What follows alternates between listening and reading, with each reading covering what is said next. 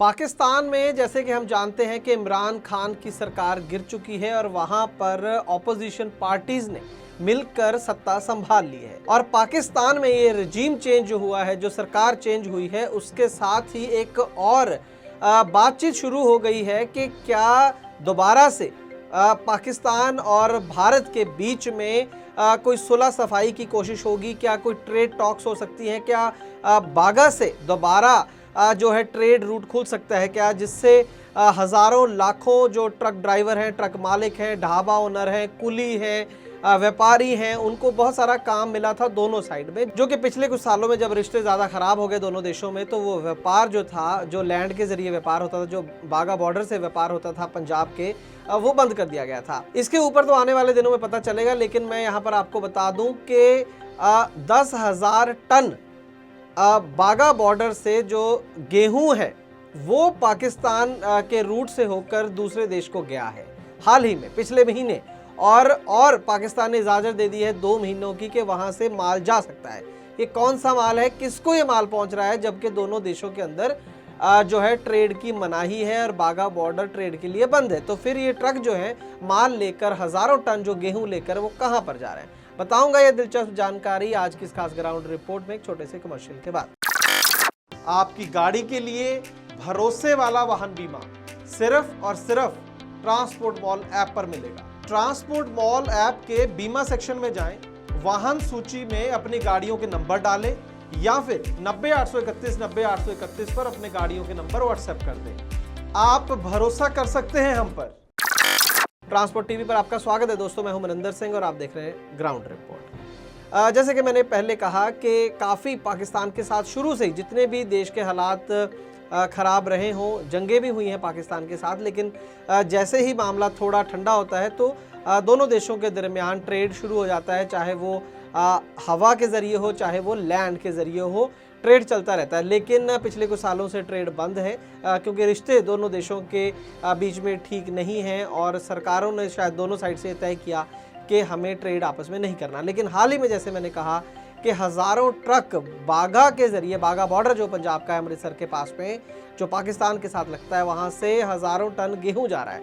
वो गेहूँ कहाँ जा रहा है? वो गेहूँ जा रहा है अफ़गानिस्तान में। और जैसे कि हम सब जानते हैं कि भारत के साथ पाकिस्तान जुड़ा हुआ है, सरहद है लगती है, और पाकिस्तान की दूसरी सरहद जो वेस्टर्न सरहद है उसके साथ अफ़गानिस्तान जुड़ा हुआ है। तो अफ़गानिस्तान बाया पाकिस्तान अगर गाड़ियाँ चाहें भारत से जा सकती हैं।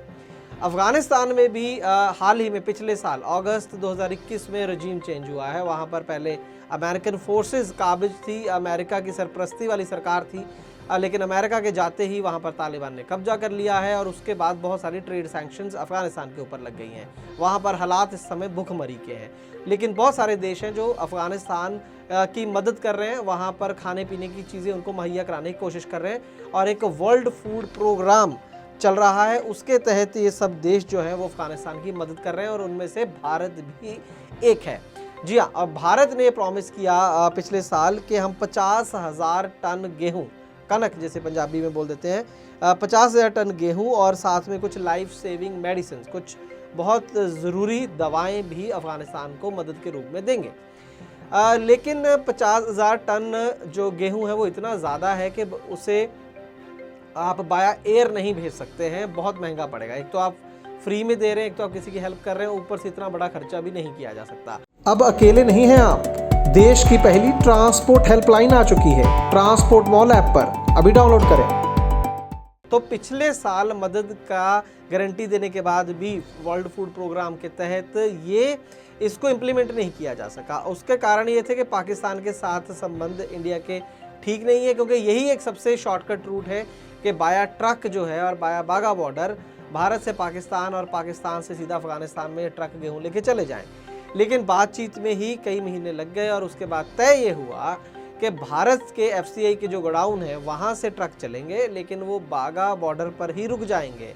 वहाँ से माल को अनलोड किया जाएगा, वहाँ पर आएंगे अफ़गानिस्तान के ट्रक, पाकिस्तान के ट्रक नहीं। अफ़गानिस्तान के ट्रक पाकिस्तान क्रॉस करके बागा बॉर्डर पहुँचेंगे और जो इधर से ट्रक माल लेके जाएंगे वो उनमें पलटी कर दिया जाएगा और वहाँ से अफ़गानिस्तान के जो ट्रक हैं वो अपना गेहूँ लेकर वापस अपने देश चले जाएंगे। तो ये इस पर पाकिस्तान और भारत में सहमति बन गई, क्योंकि पाकिस्तान को भी आखिर ट्रांजिट रूट तो उसी ने देना है।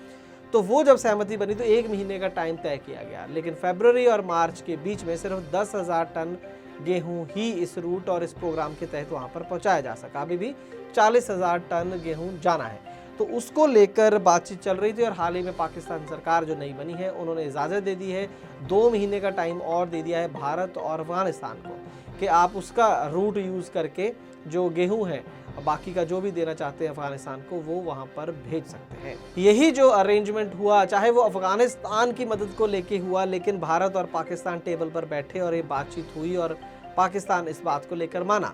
और अब वहां पर रजीम चेंज भी हो गया, सरकार भी नई बन गई है। शायद इसी वजह से ये एक डिस्कशन दोबारा से शुरू हुई कि क्या दोबारा से कोई ऐसे हालात बन सकते हैं कि दोबारा भारत और पाकिस्तान के अंदर ट्रेड शुरू हो जाए और ख़ास करके बाय लैंड शुरू हो जाए।